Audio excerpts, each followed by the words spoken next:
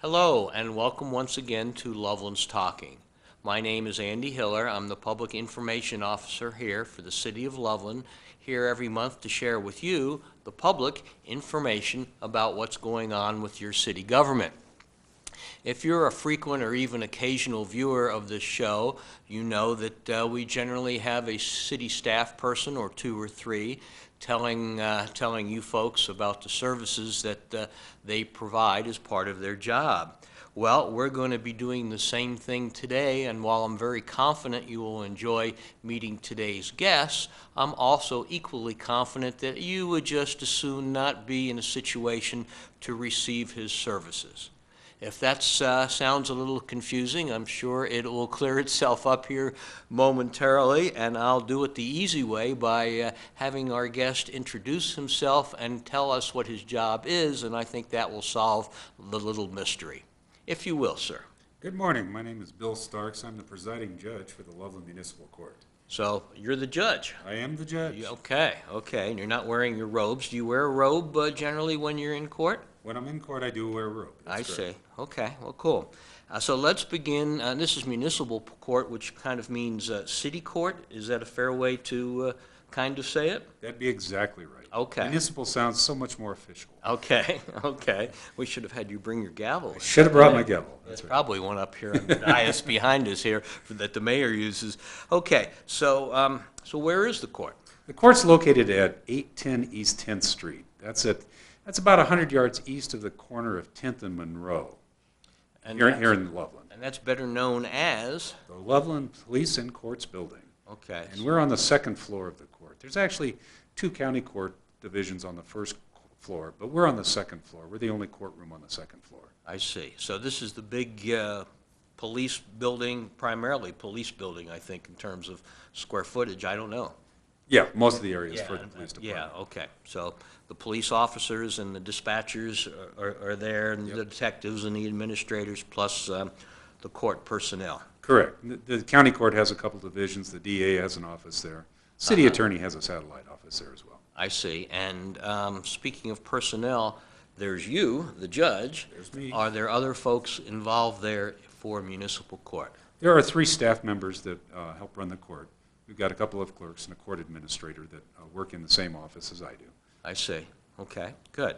Well, what I've learned is that in terms of severity, you're kind of, if we had a ladder, and I suppose the U.S. Supreme Court was on the very top rung. That would be the top rung. You would kind of be right there toward the bottom. We would be the first rung, the bottom rung. First run, okay. Right. You're number one then, so to speak. That's right. Okay.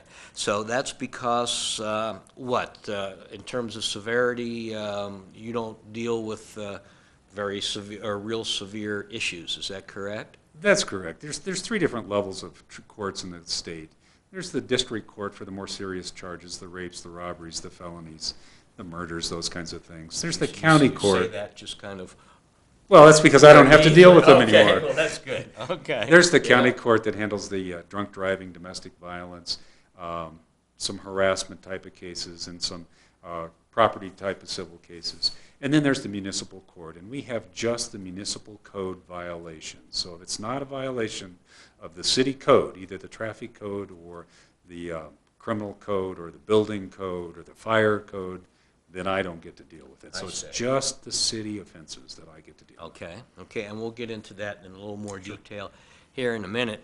I know that in reference to that, since you don't have to deal with people involved in causing significant personal injury or rape or big felonies, that sort of thing, I think you like to say that you really don't have to deal with the bad guys. I don't get the bad guys. Every once in a while a bad guy will come into court, but really what I get are great people, everyday people that have brain cramps. But for the grace of God, go most of us. Yeah. Because most of what we do is traffic. Now we do some other things like shoplifting and disorderly conduct and animal cases and damaging property. I'm going to give you a time out on that because we're going to get more yeah. detail on those. But mostly it's just really good people that have bad days. Okay, made a poor decision, didn't think twice, or, okay. Sort of forgot to slow down. Yeah, okay. So slowing down and traffic tickets, I understand that's kind of the number one thing that comes before you. That is the bulk of our business. Most of what we do are traffic charges. Uh-huh. And in terms of traffic charges, I've done a little homework with Bill before this, that I've learned that there are different kind of categories of traffic charges, two of which that come to mind. One is infractions. Can you explain that, please? Infractions are the minor traffic charges that we have. There is no jail sentence attached to a traffic infraction. The most common one we get is speeding. And then we have the red light violations, stop signs, failing to yield, following too closely, the minor traffic charges. Okay, and if somebody gets, and I'm guessing this is not a major league speeding ticket, it's probably kind of among the lower level of speeding tickets? It has to be less than 25 miles an hour over the limit. I see, okay. And if you get a ticket like that, how do you know it's that type of ticket, and what happens then? For most traffic infractions, they are eligible to be mailed in and be paid ahead of time. We call those penalty assessments. And on the face of the ticket, the officer will mark that it's a penalty assessment and include the fine amount. The fine amount is based on the schedule of fines that I have determined. They're not making up the fines, they're following my schedule. So if they put a fine amount on the face of the ticket, then that's a ticket you can mail in. And generally speaking, you can have a point reduction or 2 points, depending on how many points the original charge is. If there's no fine amount on the face of the ticket, then it's a mandatory court appearance, and that's called a summons and complaint. Okay, and so those are for, and the level of points for these types of infractions are what generally? 4 points or less. 4 points or less. Right. Okay. There is a 6-point speeding between 19 and 24, well, 20 to 24 over, but that's a mandatory court appearance. All the other traffic infractions are eligible to be mailed in if there's no property damage or no injuries. And would you know how many total points can you get before your license gets suspended? As an adult, 21 or over, if you get 12 points in 12 months, they will suspend your license. If you get 18 points in 24 months, they'll suspend your license. So it's data violation to data violation.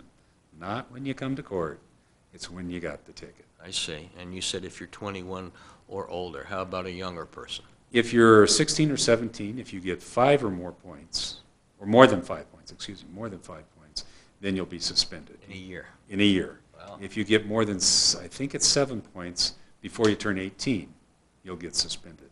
Between 18, 19, and 20, I believe you get 8 points, and it's the 9th point that will suspend your license. I see. So the younger you are, the less slack you're cut, so to speak. Exactly, and that's to encourage good driving behavior. Sure.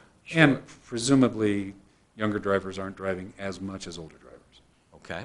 But who knows if that presumption's correct. Yeah, that's a good point. Good point. Okay, so those are traffic infractions. This next slide are traffic offenses. Is that the proper term? That would be correct. For the more serious traffic charges, we call those offenses, and offenses have a potential jail sentence that go with them.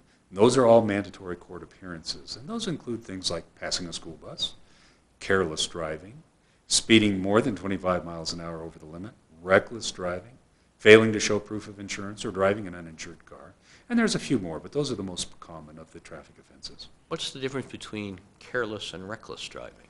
Careless is in a careless and imprudent manner, and reckless is with a willful disregard for the safety of persons or property. Okay. So careless has a catch-all. It's the long legal version reads that a person who drives a vehicle or a bicycle or a motorized bicycle in a careless and imprudent manner, without due regard for the width, the grade, the curves, the corners, the traffic, and the use in the streets, and all other attendant circumstances. That's the catch-all, all other attendant circumstances. So when you're not paying attention to what you're doing, or maybe you're not paying attention to the road conditions or who's around you, that all other conditions kind of catches a lot of people in the careless driving. Because that'd be careless or imprudent. All right. Reckless is just a willful disregard for the safety of people or property. That's more serious. So that's when there are people around or there's other property that you're endangering. And it's really easy to tell the reckless from the careless. It is. Okay. Sure. Okay.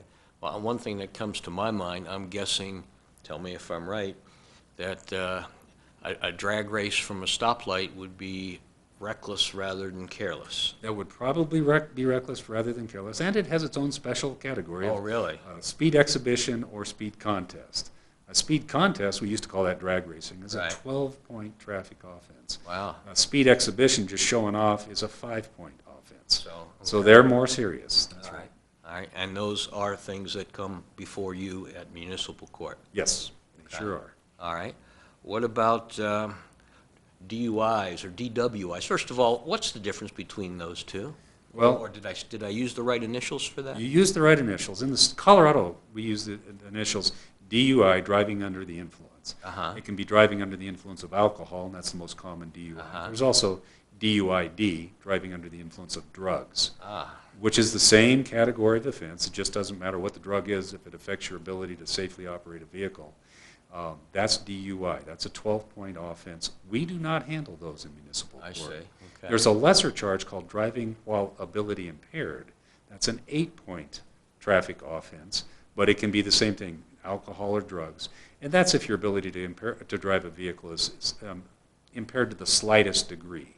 And it can be either mentally or physically, and that applies to both. So DUI is more substantial impairment. DWAI is less substantial impairment. Any impairment at all is DWAI. There's some presumptive ranges with the alcohol in your system. But we don't get to handle those in municipal court. Neither category. We don't handle either one of those, and we Okay. don't handle any kind of driver's licenses, license plates, registrations. All those are state violations. They go to county court. I see. Okay. Okay. But insurance, you mentioned insurance earlier. We do. That falls under your area? It falls under both the state and the city area. There's 3 types of insurance violations. And the first one, the most common one, is what we call no proof of insurance. That's when you're driving, you get pulled over or get run into, and the officer says, what's the first thing the officer says? Are you okay? Can I see your license, your registration, and your proof of insurance? Right. In Colorado, you have to show proof of that your vehicle is registered. And if the vehicle is registered and you just can't find the insurance card, well, that's failing to show proof of insurance. If you come to court and you show the proof of insurance, then the charge will get dismissed. There are 2 other kinds of no insurance charges, and that's one being an owner of a vehicle which is operated either by yourself or someone else without insurance, or simply driving somebody's car without insurance. So there's 3 types of no insurance charges. When you say driving somebody's car without insurance, does that, if I drive your car, when you say without insurance, who doesn't have the insurance, you or me? The first thing the officer looks toward is the vehicle, the insurance on the vehicle. Whether or not your personal policy covers you is be something that's taken up on an individual basis, because not all insurance companies will cover you to drive somebody else's car. I see. And not all insurance companies will cover you to drive my car, because gotcha. insurance policies are rated. Uh-huh. And as a guy my age, I'm not paying the same premium that my son pays. Uh-huh. And so some people are not covered on certain kind of cars. So they have to show that you're covered for the vehicle you're driving, whether it's on the vehicle itself or it's on you personally. And that's something you have a discussion with the prosecuting attorney. Okay, okay. Well, speaking of which, suppose I get a ticket, not that it would ever happen. Never happened. Never, and I think, well, maybe I didn't earn this ticket. I want to contest it. What's the procedure? Well, if you get a penalty assessment ticket and you choose not to mail it in, then it becomes a summons and complaint. That'd be like a speeding ticket. Like a speeding ticket. Okay. So say you get a ticket and it has your return date to court 60 days, 4 to 6 weeks out. You can mail it in ahead of time. If you choose not to mail it in, you want to contest it, then you come to court on the day on the ticket. The officer has put on the lower left-hand corner your return date to court. You come into court on that day, and you come in with a whole lot of other people. Right. And we do a group advisement to tell you what your rights are, and then we give you 4 options. You can enter a plea to the charge, you can set it for trial, you can talk to our prosecutor about possible plea negotiations, or maybe he has a question, or you have a question you can answer, or maybe there's some information in the report you can take a look at. Maybe you even have an explanation that you will convince him to change or dismiss the charge or the case. Okay. You get a chance to do that, and we do that at the arraignment session. So that's the first appearance. That's the first appearance. Uh-huh. And then there's a 4th option, which is continuing the case. Say you talk to the city attorney and you want to think over what he said to you or what she said to you. Or maybe you want to run it by your insurance agent or your lawyer or somebody like that. Mm-hmm. We'll give you a chance to do that. We can come back another day then to decide whether or not you want to accept the plea or set it for a trial or something else. So you have some options. Okay. And then if if you go to the first appearance Right. and you decide you do indeed want to try the case, what happens then? Well, then we'd set the case for another day. We don't do the trials on the first day of court because we'll have anywhere from 15 to 100 people scheduled for court. Uh-huh. And it would be just impossible to have all the officers there for everybody because we don't do very many trials. Most people either enter a plea or do a plea negotiation. I see. So we would end up setting it for trial on another day. And the current practice in our court is most of our judge trials, bench trials, are set for Monday afternoons. If we do a jury trial, if you're eligible for a jury trial on one of the traffic offenses or some other type of charge, typically we do those on Fridays. Those take all day, even for the simplest of cases. Okay, at least since we're still talking about traffic, what type of offense would somebody have a jury trial for rather than a trial where the judge makes the decisions? The most common that we see is reckless driving or careless driving. We've had a couple of exhibition of speed. Those are the most common. And is it a 12-person jury, or I'm trying to Sure. envision that? Yeah. In municipal court, it's a 3-person jury unless you ask for more, and you can have up to 6 for a petty offense. So typically we have a 3-person jury. I see. And those people are selected at random. They get something in the mail, et cetera, just like the higher courts? It is just like the higher courts. We use a little bit different system. We try to make sure we just summons people for jury duty that live within the city, because to be on a Loveland city jury, you have to be a city resident. Okay, sure. To be a Loveland, or to be a Larimer County juror, you just have to live within the county. Gotcha. So we have to narrow our field to just city residents. I see. And how often do you have jury trials? We don't have them very often. We'll have 2 to 4 a year Ah, typically. okay. So And those not must very be many. more involved and time-consuming for everybody. Yes, they are. Yeah, they require all day for the trial because it takes a while to get the jurors in, select the jurors, put on the evidence, then we have to give them jury instructions, they have to deliberate. It just takes time. Uh-huh. Most of them don't take all day, but you can figure if you get a jury summons, it's going to take until 1 or 2 in the afternoon, probably. Yeah. And we've had some that go later, but most of them are relatively simple, so I see. we get done in one day. But it could go longer. Okay. Okay. So we've spent some time on your number 1 area, which is traffic. Traffic, tickets. yep. Number 2 is? That would be municipal code violations such as petty theft or disorderly conduct, underage consumption of alcohol, tobacco offenses, shoplifting is part of petty theft. Those are the most common. I see. Open container of alcohol in areas you're not supposed to have an open container. Okay. So, And what are typically the fines, if there is any kind of typical fine or penalty, if you're convicted of shoplifting something that, what would be the dollar amount if I shoplifted something that was worth $20 versus $1,000? well, in the city court, we have jurisdiction over charges of up to $1,000 for a shoplift or a theft. If it's more than $1,000 or more, it has to go to county or district court. So we're limited to $1,000 on the amount that's taken. The fines and penalties in our court are generic. It doesn't matter if it's 1 penny or $999. The possible penalty is up to a year in jail and up to a $1,000 fine. So there is no set fine for a particular dollar amount. What I do is I look at the history of the person, the circumstances surrounding the theft. Are there things that are in aggravation? Are there things that are in mitigation? And then I pick a figure in between.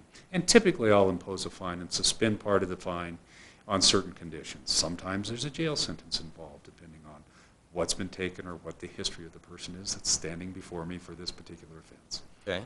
Now, when I think of theft and shoplifting, I think of somebody stealing something, from a store, for example. Right. If I swiped your motorcycle, not your motorcycle, that's a big dollar, but your lawnmower or something like that, or if somebody took their friend's or neighbor's credit card and used it for $50 or something like that, would either of those types of things come before municipal court? They could. And in fact, we've had a number of bicycles stolen, skateboards, iPads, phones, those kinds of things. Credit card things they typically do in the county court or the district court because there's additional charges they can do other than just the theft. But it could come to us as long as it's under $1,000. Okay. Okay. So we do see those, yes. These are, excuse me, These are offenses that, as the slide implies here, has to do with somebody's behavior. Although I suppose everything we do has to do with our behavior, whether it's behind the wheel or, in a supermarket. But I get to see people because of the choices they make. I say, If they don't make the choice, I don't get to see them. okay, well, that's good. That's good. All right. At least the poor choices. The people Right. who make terrific choices, I don't see them. probably you don't see them. Right. Okay, well, that's good. All right, so if quote, behavior is number 2, I've learned what number 3 is, and that has to do with animals. Now, Yep. the animal's behavior is not the problem, right? It's Well- the owner of the animals. It's whether or not the owner has controlled the behavior of the animal. Aha, That's right. okay. So, yeah, it's all about the owner. The person who either owns the animal, is in charge of the animal, is in control of the animal. It doesn't have to be your animal. If you're the one that's supposed to be in control of the animal and you're not in control, you can get the ticket just like the owner can. I got you. So it depends on the circumstances as who gets the ticket. So if I'm watching your dog and I let your dog out, I'm going to get the ticket. Huh, So, okay. and vice versa. All right. Well, I've learned some of the offenses we've tried to illustrate here, some with a smile on our face here on this slide. Do you want to start left to right and tell us what those slides images represent? Well, the one on the left, the top left, would be a vicious or a public nuisance animal, one that's causing some troubles in the neighborhood. Typically, they're off-leash, but they don't have to be off-leash. If you have a vicious animal, and that's an animal that can attack somebody, approaches somebody in an apparent attitude of attack, whether or not there is an attack. If they bite somebody, that can be a vicious animal. A public nuisance is an animal that's a safety or health hazard. So it could involve a bite, it may not involve a bite. If it injures another animal in any manner, if it damages property, or even creates offensive odors that affect somebody's ability to enjoy their house. That means if you don't clean up after your dog in your yard, Even in your own yard? in your own yard, if that odor interferes with somebody else's enjoyment of their property, that is also a public nuisance. And we've had a number of those. Oh, really? Yeah. Okay. Okay. Well, the one with the bulldog, I guess it's a bulldog or something like that, in a tuxedo is in there because I've learned, I'll ask a true or false question of you, and you can respond and fill us Okay. in. True or false, it is illegal to have a naked dog in the city of Loveland. That is true. Why is that? Well, they don't have to wear clothes, but they do have to have their collar. On their collar, they have to have their license and their rabies vaccination tags. So that's mandatory. I see. Now, even if they have the tags or have been vaccinated and licensed, and they're simply not wearing a collar, but I have the paperwork or the little discs at home in a drawer, is that still a problem? It's still a charge. That's right. They must wear the tags, Huh. both the license or ID tag and the rabies vaccination tag Okay, at all times. at all times. Okay. Moving to the right, you said that dog looks a bit familiar to you. I have a dog like that. That's an unusual dog. It's a Shiba Inu. But that dog is not my dog because my dog's on a leash. That dog is not on a leash. Aha. And every animal in the city has to be on a leash or tether controlled by its owner or keeper. So you cannot let your little critter run loose, not even the cats. Really? Cats too? Cats too. Okay. Of course, they're a little trickier to catch than the dogs. Well, herding a cat is a little bit more of a problem than herding a dog. Yep. Yep. And you know that slide, the face and everything is cut off. Could that possibly be you? It could. Walking around with an unleashed dog? It could not possibly be me. I don't have a coat like that. Ah, okay. Okay. All right. The one that always raises the slide there, the image that always raises a couple of eyebrows and a smile is the one on the bottom left. What does that represent? Well, you've got to pick up after your animal. It's required that you immediately pick up after your animal after they leave their deposit. Even if it's in water, you've got to pick up after your animal. Ah, So, now you're talking about, for the most part, in public places. correct. Now, I mean, you let your dog out in your own yard, but still, Right. at some point you have to clean up, otherwise you're going to run into the public nuisance charge. Right, but you don't have to do it as immediately or a one-on-one Correct. pickup type of situation. Right. Okay. And what is the penalty, just out of curiosity, for somebody failing to do what this dog is accomplishing? Well, as I mentioned before, the penalties in our court are generic, up to a year in jail and up to a $1,000 fine. Wow. So It would be the rare day that that would happen, but Yeah. it could happen depending Yeah. on the history of the person. So it depends on the circumstances. Does the person have a history of failing to clean up? Have I gotten to see them before for this very same behavior? Fines go up, penalties go up when we have repeat behavior. Okay. That makes me think, what about a horse? Failure to clean up after your animal, Same thing. same thing. So if what we see in this slide is a minor infraction, would a horse be a felony? No, Because of the size of the deposit? it's just a bigger infraction, but it's the same penalty. Okay, okay, all right. Why is there a picture of a rooster there? Well, because there is a disturbance of peace and quiet of others, and it talks about, it's related mostly to dogs, but it could be inconvenient and untimely or excessive noise by any animal. So a rooster could cause you problems. In fact, we've had cases with disturbing the peace and quiet of others by animals, which was not a dog. In fact, were roosters. Obviously dogs and cats are okay in your backyard. Sure. What types of animals are not that possibly are there, or maybe you've even seen in the court? Not the animals, but the owners. Yeah. Well, fortunately, we haven't seen animal charges for animals that are prohibited in the city of Loveland. We've had, you can have a certain number of chickens and roosters and so forth, and I don't recall the number right offhand if there is a specific limitation. But we're a city, we're not a farm. Okay. So when you live in the city, you don't have the same liberties that you might on a farm. So I haven't seen any cow charges. How about a horse? I don't recall that we've seen horses. Now, that's more of a zoning issue, whether or not your property is zoned to have certain types of animals I see. than anything else. Okay. So, All right. And is there a limit on the number of dogs or the breed of dog that you might have in Loveland? Loveland does not have a breed-specific ban. There is no limitation on a particular kind of animal. Some cities have pit bull bans. We do not have a pit bull ban. The number of animals you have has to be a reasonable amount. In other words, you cannot have more animals than you can reasonably take care of in the space that you have available. We do get charges every once in a while about somebody having too many animals for their particular situation. So it's not necessarily based just on the number itself. In other words, if I have 4 well-behaved dogs in the backyard, that might be okay, but my neighbor may have 2 loud and odorous dogs in his yard, and that may be a problem. That could be a problem, and depending on how the problem comes up. I mean, we've had cases where people have had a lot of dogs in a small area. And there's just no room to take care of all those animals appropriately. So we do see that from time to time. Okay, okay.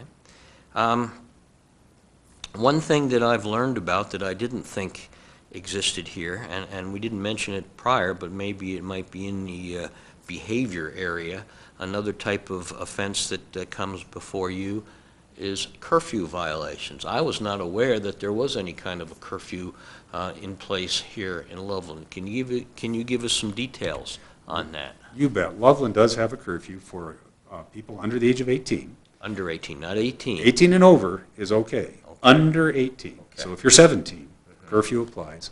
And on Monday through Friday, it's between 1 a.m. or 12 midnight and 5 a.m. And on Saturday nights and be Saturday morning, Sunday morning, between 1 a.m. and 5 a.m. And the only exceptions are if you're with your parent or guardian, or you're going to or from work, or you're with a person that has, and the way it's phrased is in their immediate possession, and that means to me, in their hand, a note from your parent or guardian saying it's okay to be out with them.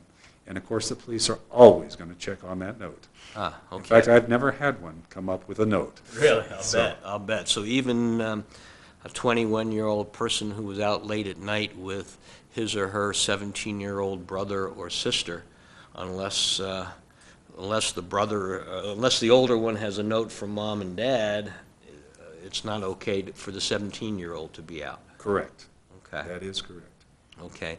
And you said to and from work. Of course, I would think at work. The first thing that comes to my mind, of course, for a youngster in the early morning hours is a paperboy. Sure.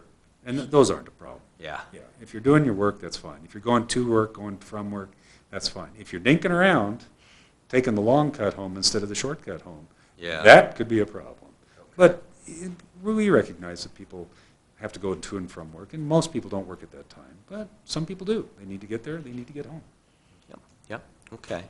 Well, changing the thought a little bit here, I began this thing by introducing you as somebody to whom somebody might not enjoy coming into contact with during your normal operation at work. But there is a significant exception to that, and that in addition to trying cases and sometimes handing out penalties, you also officiate in weddings. I do. And we get people from all over the world to come to Loveland, Colorado to be married. And we've had people from Russia and Latvia and Poland and France, Spain, New York, Minnesota, California, all those foreign countries, that have come to Loveland, Colorado specifically to get married in the Sweetheart City. And they get married in the municipal courtroom during normal business hours, Monday through Friday type of thing? Typically, that's what happens. The city passed a resolution that they charge $75 for me to perform a wedding during regular business hours, and most of them are in the courtroom. We occasionally go outside if the weather's very nice. We might step outside. And they don't have to have witnesses. They do have to have their license. They need to bring a photo ID. I want to make sure the people that are standing before me are the people that are really getting married. That makes sense, And then I'll officiate their wedding. And I give them a choice. I have some different ceremonies that I offer so that it's their wedding. I'm just helping them celebrate. I see, and I see by the slide you've done this a few times. I have done this a few times. I've been here 14 years, and over 13. I didn't do any weddings my first year. But in the last 13 years, I've done more than 400 weddings, about 430 plus. Okay, and you mentioned folks from all over the world, so you don't necessarily obviously have to be a Loveland resident or Larimer County resident. You just have to have a marriage license. Correct. And you get your marriage license at the clerk and recorder's office, which is the same place you register your car or your truck. That's exactly where you get your license. All right. So you register your wedding there. So you get the license, then you bring it over to the court when you come to get married, because it's hard for me to sign a license that's not there. Okay. So that's why they have to bring it with them. And it has to be that license. It can't be one from Serbia or something like that. Correct. But you can get your marriage license at any clerk and recorder in the state, and it's good throughout the state. So if you live in Jefferson County, you can pick it up at the Jeffco Clerk and Recorder, over in Greeley at the Well County Clerk and Recorder, and it's valid throughout the state. And then I have a duty as the officiant to return it to the Clerk and Recorder from whence it came. So. Okay, and if I want to have you perform a wedding, do I need to call in advance or make a reservation, or how much advance notice, if any, is required? We like to have advance notice because we want to make sure we don't have court going on or other obligations. Make sure I'm there and not in a meeting. So a simple call to the court to find out if I'm available is usually all it takes. Most people schedule it within a week or so, but I have some that schedule months out because they're coming in from out of town or something like that, or their family's coming in. So we get a lot of people that call from, well, we just left the clerk and recorder's office. Are you available today or tomorrow? A wedding license is good for 30 days. And if you don't use it in the 30 days, you turn it back in, you have to get a new one. I see. Okay. And as you mentioned that you do these pretty frequently, and people come from all over. This is February, which is a pretty special month here in the Sweetheart City with Valentine's Day and that sort of thing. Do you typically wind up doing more weddings during the month of February? You know, I don't think February has very much more business. You would think we'd do a lot on Valentine's Day. And typically, I don't do a lot on Valentine's Day. One year I did 3. Most years it's 1 or 2. Okay. I've got 1 scheduled for this year so far. But it's still early. We've still got a week to go to have people call me and ask for a ceremony. Okay. And speaking about ceremonies, these are civil ceremonies in the courtroom, or once in a while you step outside during normal business hours. Excuse me. Pardon me. If weddings choke me up here. If I want to have you perform a wedding on a Saturday evening in a park or in another area, is that something that you do as a municipal judge? That is something I can do, and I do those occasionally. I don't do a lot of them, but I do occasionally. The $75 fee does not apply because that's the city's fee. Okay, so this is something you kind of do on your own time and make arrangements with the couple in advance. That'd be correct. Okay, so I imagine if somebody wanted to do that, they would call your office and you'd figure it out from there. Right. Okay. Right. Okay. All righty. Well, we've covered everything from drag racing to I Do. Is there anything else that we haven't mentioned that you would like to let the folks watching know that municipal court is involved in, or any advice you would give folks? Well, we are an open courtroom, we're a public courtroom. You're welcome to come watch anytime. There's no cost to come watch. We do a regular session on Monday morning at 8:30. We start our advisements. On Monday afternoons, we do our trials. On Wednesday, we do an advisement again at 8:30. We do some miscellaneous hearings at 2 o'clock, and then we do the juvenile docket at 2:30. We do it at 2:30 on Wednesday afternoon so they don't miss school. I see. So we've just kind of grouped them all together. Somebody's going to miss work and somebody's going to miss school. We try to have the kids not miss school, so parents are going to miss work anyway. So we typically have Wednesday afternoons for juveniles. Thursday mornings we do the individual cases, and then we do our jury trials on Fridays when necessary. But they're open to the public. They're free. You can come watch. You don't need to call up and ask if it's okay. You can just show up and watch if you like. Okay. And it's an eye-opener for a lot of people. One thing that I don't realize anymore, because I've been doing this long enough, the excuses that people give me and the stories they tell, I've usually heard again and again. Yeah. And visitors come in and say, "Can you believe they said that?" And I've heard it so many times, I don't really realize that it sounds unusual to most people because I hear it so often. And there are some entertaining and some interesting stories. It's not to say they're untruthful, but there's some entertaining things that You want to give us an example before we part here? Sure. That's always put a smile on your face? Well, I have a grandpa comes to court story. Yeah. I had a young fellow that was before me for, I think it was a theft, and one of the conditions of his sentence was I suspended his fine or part of his fine if he went to a class and wrote me an essay about the class that I assigned. Well, we got word that he went to the class, but I didn't get his essay, so we sent him a notice to come in and explain to me, why didn't I get your essay? Well, as it turned out, he had to go out of state to his grandfather to see his grandfather. His grandfather was very ill. His grandfather died. And so the reason he didn't get it to us was because he was out of state, and he just plain forgot. Well, they were late coming into court that afternoon. I said, well, why were you late? Well, they had trouble getting through the magnetometer, the security screening. Yeah. As it turns out, Mom didn't have a copy of the death certificate, so she bought her dad's cremated remains. Wow. And so Grandpa came to court. That's hard to top as far as a reason to be late to court of not having your essay in on time. I got you. So. I got you. Okay, okay. Well, Bill, thank you very much for spending some time with us. I appreciate you filling us in on a number of things here and the things that you've been doing. You said for what, 14 years? I've been at it for 14 years. Yeah, okay. Folks, I hope you have had an opportunity and enjoyed meeting Bill. As you can tell, he's a very likable guy, and I've been in his courtroom when there have been some court sessions, and he's even pretty much a likable guy behind the bench. He's a very pleasant guy, and he strikes me as wanting to have people be better off having been in his presence in the courtroom as opposed to just kind of slapping on the wrist type of thing. So, Bill, thanks again. Folks, thank you, as always, for watching Loveland's Talking, and we look forward to seeing you here again next month. So long.